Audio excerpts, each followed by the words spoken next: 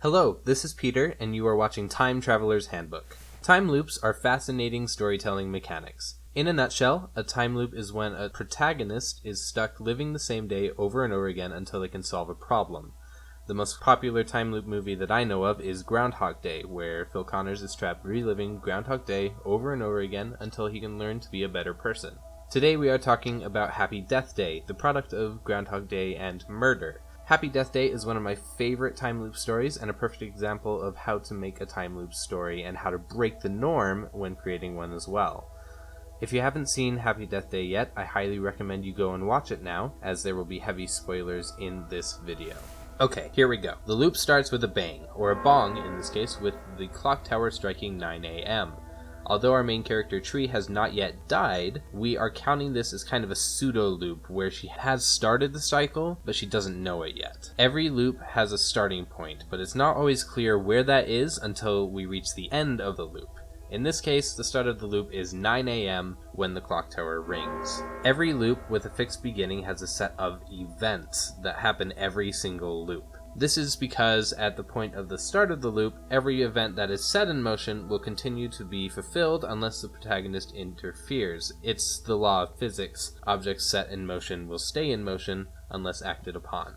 The events of this loop include the following: the clock tower ringing, the phone ringing, Carter and Tree's conversation, Ryan's awkward moment, creepy guy checking her out, stop global warming girl, sprinklers go off, car alarm goes off, frat guy goes down, Tim approaches Tree, Emily smiling waving, Danielle spots Tree, Lori giving a cupcake to her, Tree is late for class, sorority house meeting, Becky gets chocolate milk, Becky spills chocolate milk, Carter returns the bracelet, doctor's office hookup, and the power goes out at 8:23 p.m. as well as Tree's surprise party at the end of the day that she may or may not reach. Another thing to mention is that Tree's attitude to nearly every single one of these events is one of disgust, apathy, and general mean girl attitudes. She's a sorority girl, of course.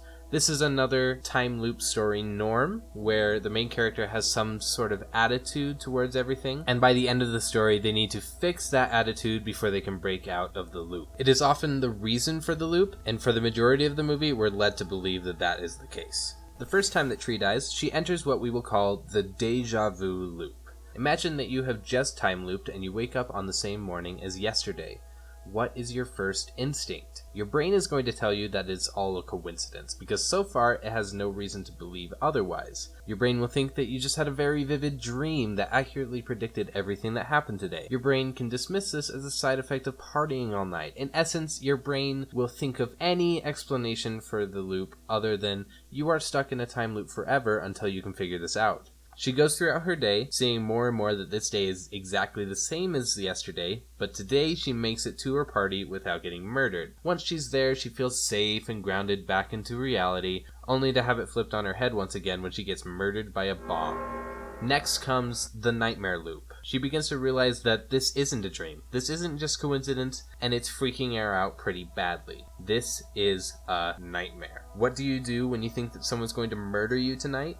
You hide, you lock yourself up, you run far away, you do anything to ensure that you are not getting murdered tonight. That's exactly what Tree does, but of course, this only ends up with her getting stabbed again, for the third time.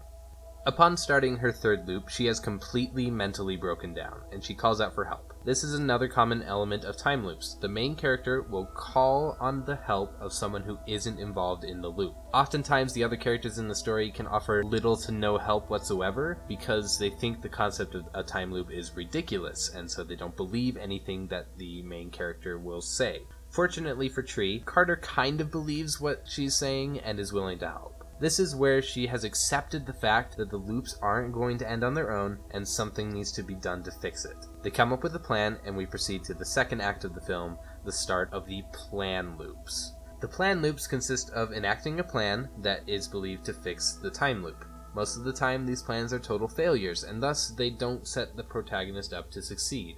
In this particular loop, there are 4 plan loops that Tree has to go through before she can break free. Tree creates a plan loop to try to rule out suspects and find out who the killer is for her murder. She spends 4 deaths tracking down suspects and ultimately getting murdered each time. This plan loop ends up being unsuccessful, and it ends in a setback loop. For every plan loop, there is a setback loop. The setback loop is a loop in which the main character realizes something about their situation that ruins a plan loop and sets them back to square one. Happy Death Day's first setback loop comes in the form of Tree being physically unable to continue. She is made aware that the loops are affecting her internally, and even though everything else in the world is not affected by the loops, she is. She knows now that she has a time limit, and that if she doesn't find the answer to this loop soon, she won't be able to survive. In this particular loop, we get one more mini plan loop where she attempts to escape her death by driving away from the city. Unfortunately, even though she does escape the city, she is not successful in escaping her killer, as it becomes very clear that the killer will stop at nothing to get to her. So this plan loop comes to an end very quickly. A setback loop can come in the form of the God loop, in which a protagonist uses the loop to indulge themselves rather than progress themselves towards a goal. This type of loop usually eventually leads to total boredom, and thus the protagonist is forced to make another plan and move on. We usually also get to see them demonstrating their omnipotence to the situation by pointing out the other events that happened during the loop to the non-looping individuals. The God loop is an ideal example of the protagonist completely accepting their situation, so in terms of progressing towards their goal of breaking out of the loop, this is their weakest point. In Happy Death Day, the God loop ends with two key moments. First, Tree confesses feelings that she's been holding back regarding her mother. These repressed feelings contribute to her overall attitude, and confessing these feelings to Carter helps strengthen their relationship, as well as assisting in breaking down Tree's character to the point where she can improve herself.